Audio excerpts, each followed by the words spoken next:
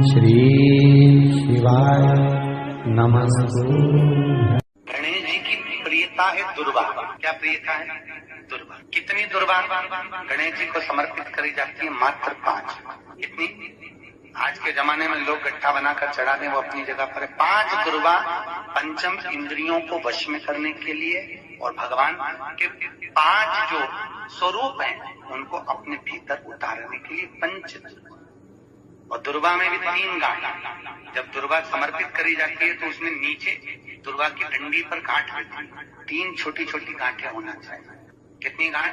जो भगवान को समर्पित करी जाती है। जिसके घर में संपदा की कमी पड़ती हो, बीमारियां ज्यादा फैल रही हो, बहुत कष्ट हो महाराज, बहुत ज्यादा दुखी हो महाराज, कोई काम नहीं बन रहा, बहुत तकलीफ में हो, तो शमी पत्र, शमी की पत्ती, जहां गणेश जी का स्थान है वहां पर 5 शमी पत्र 5 समर्पित करें और शंकर जी के ऊपर 3 शमी पत्र समर्पित करें। बहुत ध्यान देना। 5 शमी पत्र जहां गणेश जी का स्थान है शिवलिंग में वहां समर्पित करें। 3 शमी पत्र शिवलिंग के ऊपर समर्पित करें। 1 शमी पत्र शंकर जी की चौखट पर लेफ्ट भाग में, जाते समय आपका उल्टा हाथ, जब मंदिर से निकलो तो उल्टे हाथ पर लेफ्ट भाग में शंकर जी की चौखट पर समर्पित करें 1 शमी पत्र। और महाराज घी का दिया जहां लेफ्ट भाग में आपने शमी पत्र रखा है, मंदिर में ना दिया लगाकर बाहर की ओर जहां शमी पत्र रखा है उसके ठीक साइड में एक घी का दिया लगा दीजिए। केवल गणेश चतुर्थी से लेकर अनंत चतुर्दशी तक गणेश पुराण कहती है भगवान गणेश जी का, मोर ध्वज का, मयूर ध्वज गणेश का नाम लेकर जो ये दीप शमी पत्र चढ़ा देता है उसके घर से कभी रिद्धि सिद्धि नहीं जाती, वैभव प्रतिष्ठा नहीं जाती। कर देखो, गणेश जी महाराज और एक शंकर जी, ये 2 देवता ऐसे हैं जिन पे तुलसी नहीं चढ़ती। शंकर पर तुलसी चढ़ा दो तो व्यक्ति रोगीला होता चले जाता है, और गणेश जी को तुलसी चढ़ा दो तो व्यक्ति के घर का धन छिन्न हो जाता है। इसलिए गणेश जी के भोजन में तुलसी नहीं, क्योंकि वृंदा देवी ने भगवान शंकर के पुत्र विनायक को देखकर विवाह का प्रस्ताव रखा था, पर गणेश जी महाराज ने कह दिया और तुमने तुलसा भी डाली, तो दोष लगा कि नहीं लगा?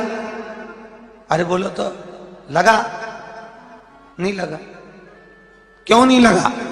अगर थाली को अंदर से लेकर आए, पुष्टि मार्ग का नियम, जब ठाकुर जी के सामने 56 भोग, कुनवाड़ा, अन्नकूट लग जाता है, लगने के पहले उसको जब लेकर आते हैं रसोई घर से, भोजनशाला से, तो उसमें तुलसी डाल के नहीं लाते। अगर रसोई घर से भोजन में तुलसी डलकर अगर ठाकुर जी के सामने वो थाली रखी तो ये पक्का है वो थाली ठाकुर जी नहीं जीमेंगे, क्योंकि उसमें तुलसी रखी हुई आई है। हाँ, जब ठाकुर जी के सामने थाली रखा गई और तुमने थाली रखने के बाद में मंदिर के सामने बैठ के फिर तुलसी डाली तो ठाकुर जी उसको स्वीकार कर लेते हैं। क्यों? क्योंकि 33 करोड़ देवी देवता एक जगह पर विराजमान हैं। जब हम थाली रखते हैं, प्रथम देव उस भाग को ग्रहण कर ले। जब तक तुलसी डालते हैं प्रथम देव अपनी दृष्टि हटा लेते हैं। समय होता है, एक टाइम होता है, एक पल होता है, एक घड़ी होती है कि गणेश जी महाराज हमारे घर में आ गए। गणेश जी की सबसे पहली जो आरती हो, उस आरती के समय पर अगर धूप बत्ती जलाई जाए या गोबरी को जलाकर उसमें गूगल छोड़ी जाए और गूगल छोड़ने के बाद गणेश जी का नाम ध्रुम वर्ण कह दिया जाए तो गणेश जी को तुम्हारे घर की पूजा स्वीकार करना पड़ती है। बस वो समय हम तो बस उतना जानते हैं कि शिव महापुराण में लिखा और मुद्गल पुराण में लिखा, गणेश पुराण में लिखा, गणेश जी का एक नाम होता है ध्रुम वर्ण। क्या नाम है? ध्रुम वर्ण गणेश जी का एक नाम होता है। जब हम धूप जलाकर और धूप लगाने के बाद में गणेश जी की सबसे पहली आरती करने के पहले अगर हम सबसे पहली आरती गणेश जी की कर रहे हो, अपने घर में स्थापना कर रहे हो, बिठा रहे हो, और तुम चाहते हो कि गणेश जी मेरे घर में आके मेरी पूजा को स्वीकार करें और जो मांगू मेरा गणेश मुझे दे 10 दिन के अंदर, तो पहला नाम लेकर पुकार लेना ध्रुम वर्ण विनायक, बैठो, बस काम हो गया। वो फिर ही होकर आता। सुंदर जोड़ी थी शंकर और पार्वती की, सही है कि गलत है? कभी नहीं झगड़ते। इसलिए पृथ्वी पर ना तो लक्ष्मी जी के व्रत हैं ना ब्रह्मणी के व्रत हैं। न इंद्राणी के व्रत है। अगर पूरी पृथ्वी पर सबसे ज्यादा व्रत किसके हैं? माता पार्वती। तीज का व्रत किसका? पार्वती का। चतुर्थी का व्रत किसका? पार्वती का। चौथ का व्रत किसका? पार्वती का। छठ का व्रत किसका? पार्वती का। जितने व्रत है सब माता पार्वती। गणेश जी मैया को प्रसन्न करने के लिए अष्ट रूप में धारण करते हैं। 8 रूप भगवान गणेश जी ने धारण। एक मयूरेश्वर गणेश, दूसरा सिद्धि विनायक, तीसरा बल्लालेश्वर, फिर वरद विनायक, फिर चिंतामणि, फिर गिरजात्मज, फिर भगवान गणेश विघ्नेश्वर अष्ट विनायक, फिर महागणपति। ऐसे गणेश जी के अष्ट नाम हुए। उस समय तिजोरी के अंदर जो गणेश की प्रतिमा रखी जाती है किस नाम से? तिजोरी में हम जो गणेश की प्रतिमा रखते हैं वो वरद विनायक के नाम से रखते हैं। कौन सा गणेश? वरद। वरद विनायक के नाम से तिजोरी में गणेश रखा। और वरद विनायक के नाम से गणेश जी तिजोरी में रखाते हैं। आपको कथा में कहा था घर में सीधी सूंड का गणेश और व्यापार व्यवसाय ऑफिस में उल्टी सूंड का गणेश होना। वरद विनायक को तिजोरी में। जब मकान का गृह प्रवेश होता है तो गणेश जी की पूजन जो दरवाजे पर करी जाती है उसे सिद्धि विनायक गणेश कहते हैं। कौन सा गणेश?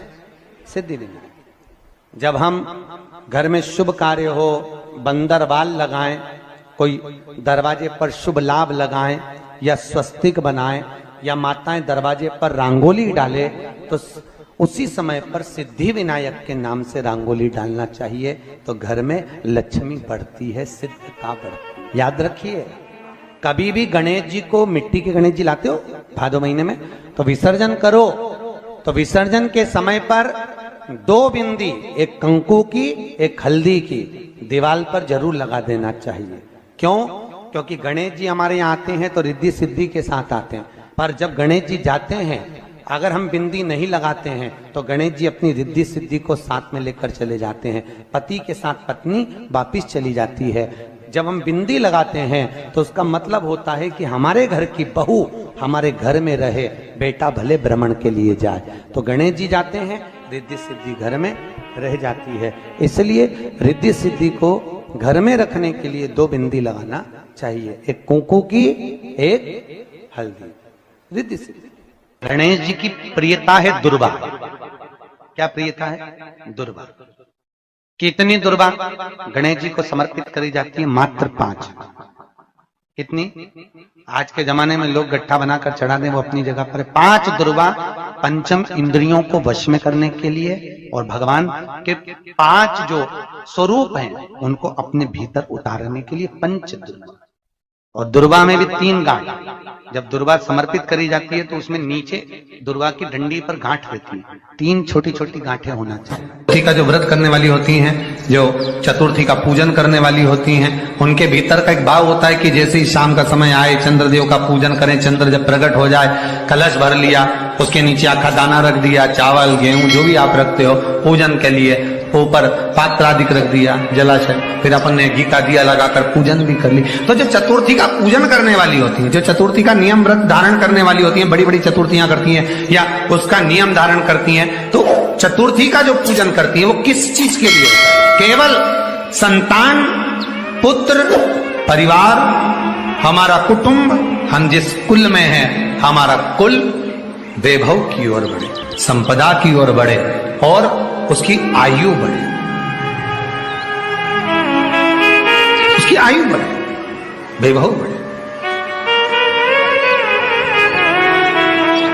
बहुत ध्यान दीजिएगा महाराज। चतुर्थी की पूजन में जो आप आखा दाना रखते हो, गेहूं वगैरह कुछ भी जो रखते हो, उसकी बड़ी महत्वता होती है महाराज। यहां तक कहा गया है, चतुर्थी की कथा तो आप लोग पढ़ते होंगे, जो लोग पढ़ते हैं उनको मालूम होगा। चतुर्थी की कथा में लिखा है, चौथ माता के व्रत में वर्णन किया गया है कि वो आखा दाना जो रखा जाता है, मान लो कोई जरूरी काम होता है तभी आखा दाना को रखा जाता है, संभाल के रखते हैं कि हम इस काम के लिए जा रहे हैं और हमारा ये कार्य सफल होना चाहिए। तो जिसने चतुर्थी का व्रत करा है, जिसने चंद्रदेव का पूजन करा, चतुर्थी का व्रत करा, वो गणेश जी से विनती करके वहां से 2-4 आखा दाना उठा ले, और जो व्यक्ति का काम अटक रहा है अपने ही घर का, पर दूसरे कुल को नहीं देना, अपने ही कुल के अंतर्गत जो काम अटक रहा है उसकी जेब में, उसके पल्लू में उस चीज को रख दिया जाए। तो चतुर्थी जो अगली आती है, जैसे आप महीने की करते हो तो महीने की, और आप जैसे करते हो कि 4 अलग बड़ी बड़ी चतुर्थी करते हो तो उसके अनुसार आपका कार्य सिद्ध होता ही है। उस आखेट आने का इतना महत्व होता है क्योंकि चतुर्थी का व्रत करने वाली माता जब व्रत करती है तो स्वयं चतुर्थी की कथा में लिखा हुआ है कि पार्वती जी गणेश जी से चतुर्थी की कथा बचवाती। चतुर्थी की कथा बाची किसने थी? स्वयं गणेश जी महाराज ने। और सुनी किसने थी? माता पार्वती। बाचने वाले गणेश जी थे, सुनने वाली माता पार्वती। तो चतुर्थी की कथा जब होती है तो उसको स्वयं गणेश जी बाच रहे।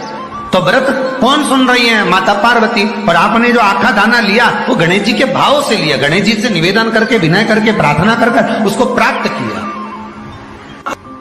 जितने आस्था चैनल पर कथा सुन रहे हो, जितने फेसबुक और यूट्यूब पर सुन रहे हो, और जितने इस छत्तीसगढ़ की पावन धरा पर बैठकर सुन रहे हो, बहुत सावधानी से सुनना। एक छोटा सा कपूर का टुकड़ा जब आरती में जलाया जाता है तो ये कपूर क्यों जलाते हैं? इस कपूर का महत्व क्या है? इस कपूर का कारण क्या है? ये कपूर है कौन जिसको हम आरती में जलाते? क्या जरूरत इस कपूर को आरती में जलाने की? क्या जरूरत इसको यज्ञशाला में जलाने की? क्या जरूरत है इस कपूर को पूजन में जलाने की? स्वयं गुरु बाबा कहते हैं यदि कोई आरती में, पूजन में, घर में एक कपूर का टुकड़ा आरती के बाद में जब समर्पित करेगा तो उसको अश्वमेध यज्ञ का पुण्य प्राप्त हो जाएगा। अश्वमेध यज्ञ के पुण्य को पाने के लिए कपूर का टुकड़ा आज भी आरती में जलाया जाए। एक कपूर का टुकड़ा सुखेगा। इसीलिए हमारे यहाँ शास्त्र कहता है महाराज, जब आपको घर में अगर ऐसा लगने लगे कि 15 दिन से बहुत बेचैनी है, बहुत दुख तकलीफ लग रही है, कोई ना कोई बीमार पड़ रहा है, कुछ ना कुछ तकलीफें लग रही है, तो एक पीपल का पत्ता ले लो, उसके ऊपर एक कपूर का टुकड़ा ले लो, सारे घर में घुमाकर उसको दरवाजे के बीच मध्य में जलाकर रख दीजिए। थोड़ी सी जला 20 से 25 मिनट के अंदर मकान में एनर्जी वापिस आ जाए, उस भवन में एनर्जी वापिस हो जाए।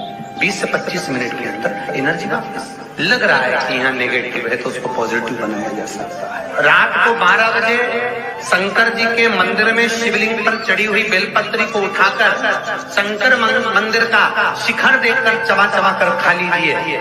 आपके पाँव के घुटने बदलने की जरूरत नहीं पड़ेगी, ऑपरेशन की जरूरत नहीं। पेटता अलमस्तता। इस संवाद के अंतर्गत ये जो संवाद आया है श्री गणेश जी महाराज ने श्री शैलम पर, कार्तिकेय महाराज की पावन धरा पर, मल्लिकार्जुन की पावन धरा पर, श्री शैलम में 3 प्रश्न श्री गणेश जी महाराज ने करे और वो गणेश जी के 3 प्रश्न आपको भी ज्ञात होना चाहिए। पहला प्रश्न गणेश जी महाराज ने अपनी माता से कहा, माँ मृत्यु लोक के अंतर्गत इस भूमि पर जन्म लेने के बाद में अगर व्यक्ति को वृद्ध अवस्था का सामना ना करना पड़े तो उसके लिए क्या करना चाहिए? सुन लेना जवान भाई, जितने भी बेटा बेटी बैठे हैं और जितने आस्था चैनल पर, फेसबुक, यूट्यूब पर सुन रहे हैं, बड़े ध्यान से सुन लेना कि मान लो कि हमें वृद्ध अवस्था देखना ही ना पड़े, उसके लिए क्या करना? तो कहा उसका एक ही साधन, राम राम रटते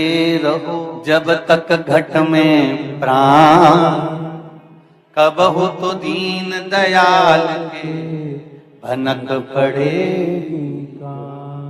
महाराज एक कर्म करते रहो, तुम्हारा कर्म जरूर करो, काम करते करते करते करते करते करते भी भगवत स्मरण करते। धर्म और कर्म, इन दोनों में अंतर क्या? बोलो रे, जल्दी बोलिए।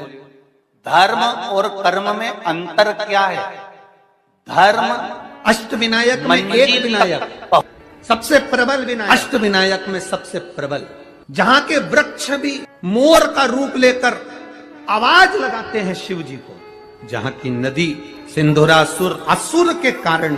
आइए भक्तों, आज सुनते हैं संकट चौथ व्रत कथा, माघी चौथ, तिल चौथ की कथा। एक बार बोलिए प्रेम से गौरी पुत्र गणेश भगवान की जय, चौथ माता की जय। संकट चौथ का व्रत माघ मास की कृष्ण पक्ष की चौथ को किया जाता है। संकट चौथ व्रत की पूजा में गणेश जी और चौथ माता को तिलकुट्टे का भोग लगाया जाता है। इसे तिल चौथ या माघी चौथ के नाम से ही जाना जाता है। इस दिन संकट हरण गणेश जी तथा चंद्रमा का पूजन किया जाता है। कथा सुनने के बाद चंद्रमा को अर्घ देकर ही व्रत खोला जाता है। यह व्रत सभी संकटों तथा दुखों को दूर करने वाला है। इस व्रत को करने से सभी इच्छाएं व मनोकामनाएं पूरी होती है। तो आइए सुनते हैं संकट चौथ व्रत कथा। किसी शहर में एक सेठ सेठानी रहते थे। उनके कोई संतान नहीं थी। इसमें वे दोनों बहुत ही दुखी रहते थे। एक बार सेठानी ने पड़ोसन की स्त्री को तिल चौथ का व्रत करते हुए देखा तो पूछा कि आप यह किसका व्रत कर रही हो, वह इस व्रत को करने से क्या फल मिलता है। तब उन्होंने बताया कि संकट चौथ व्रत को करने से धन वैभव पुत्र अमर सुहाग प्राप्त होता है, घर में सुख शांति का वास होता है। तब सेठानी बोली कि यदि मेरे पुत्र हो जावे तो मैं चौथ माता को 1.25 किलो तिलकुटा चढ़ाऊंगी। चौथ माता की कृपा वह गर्भवती हो गई और 9वें महीने में उसने एक सुंदर पुत्र को जन्म दिया और वह चौथ माता को तिलकुटा चढ़ाना भूल गई। लड़का बड़ा हो गया और अब सेठानी को उसके विवाह की चिंता हुई तो उसने चौथ माता को 5.25 किलो का तिल कट्ठा बोल दिया। चौथ माता की कृपा से लड़के की सगाई अच्छे कुल की कन्या से हो गई और लगन मंडप में फेरे होने लगे। लेकिन सेठानी फिर भी तिल कट्टे का भोग लगाना भूल गई और इससे चौथ माता और गणेश जी कुपित हो गए। तभी 3 ही फेरे हुए थे कि चौथ माता को क्रोध आया और उन्होंने लड़कों को ले जाकर गांव के बाहर पीपल के पेड़ पर छिपा दिया। सब लोग अचंभे में पड़ गए कि एकाएक दुल्हा कहाँ चला गया। कुछ ही दिन बाद वह लड़की गणगौर पूजने जाते हुए उस पेड़ के पास से निकली तो पेड़ की कटोरा में बैठा दुल्हा बोला, आओ आओ मेरी अर्धब्याही नार आओ। तो वह भागी हुई अपने घर गई और अपनी माता को सब घटना कह सुनाई। यह समाचार सुनते ही सभी परिवारजन वहां पहुँचे और देखा कि यह तो वही जमाई राजा है जिसने हमारी बेटी से आधे फेरे लिए थे और उसी स्वरूप में पीपल पर बैठे हैं। तो सभी ने पूछा कि आप इतने दिनों से यहाँ क्यों बैठे हो, इसका क्या कारण है। जमाई राजा बोले, मैं तो यहाँ चौथ माता की गिरवी बैठा हूँ। मेरी माता से जाकर कहो कि वह मेरे जन्म से लेकर अभी तक के बोले हुए सारे तिलकुट्टे का भोग लगाकर और चौथ माता से प्रार्थना करके क्षमा याचना करे जिससे मुझे छुटकारा मिलेगा। तब लड़के की सास ने अपने समधन को जाकर सारा हाल कह सुनाया। तब दोनों समधनों ने शाबा मन का तिलकुट्टा गणेश जी व चौथ माता का पूजन करके और भोग अर्पण करके क्षमा याचना की। तो चौथ माता ने प्रसन्न होकर दुल्हे राजा को वहां से लाकर लगन मंडप में बैठा दिया। वहां वर वधू के 7 फेरे पूरे हुए और वह वर वधू स्वकुशल अपने घर के लिए विदा हुए। चौथ माता की कृपा से दोनों परिवार में खुशहाली हो गई। हे चौथ माता, जैसे उस लड़के के साथ हुआ वैसे किसी के साथ न हो और किसी को भी भगवान को बोला हुआ प्रसाद चढ़ाना भूलना नहीं चाहिए। हे चौथ माता, इस कहानी सुनने वालों को एवं हुकार भरने वालों को घर में पुत्र पौत्र धन धान्य से परिपूर्ण रखे। तो एक बार बोलिए प्रेम से गणेश भगवान की जय, चौथ माता की जय। आइए भक्तों, आज सुनते हैं माघ कृष्ण पक्ष संकष्टी गणेश चतुर्थी व्रत कथा। तो एक बार बोलिए प्रेम से गौरी पुत्र गणेश भगवान की जय। चौथ माता की जय। सर्व देवी देवताओं की जय। माघ मास की कृष्ण पक्ष की चतुर्थी को संकष्टी गणेश चतुर्थी भी कहते हैं। इस दिन तिल चतुर्थी का व्रत किया जाता है। यह व्रत करने से घर परिवार में आ रही विपदा दूर होती है।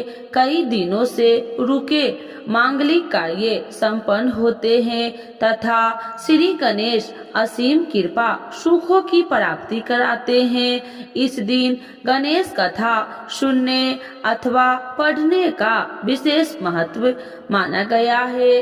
व्रत करने वालों को इस दिन यह कथा अभ्यास पढ़नी या सुननी चाहिए, तभी व्रत का संपूर्ण फल प्राप्त होता है। पौराणिक गणेश कथा के अनुसार एक बार देवता कई विपदाओं में घिरे थे, तब वह मदद मांगने भगवान शिव के पास आए। उस समय शिव के साथ कार्तिकेय तथा गणेश जी भी बैठे थे।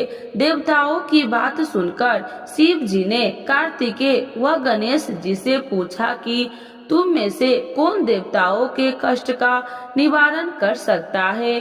तब कार्तिकेय ने व गणेश जी दोनों ने ही स्वयं को इस कार्य के लिए समक्ष बतलाया।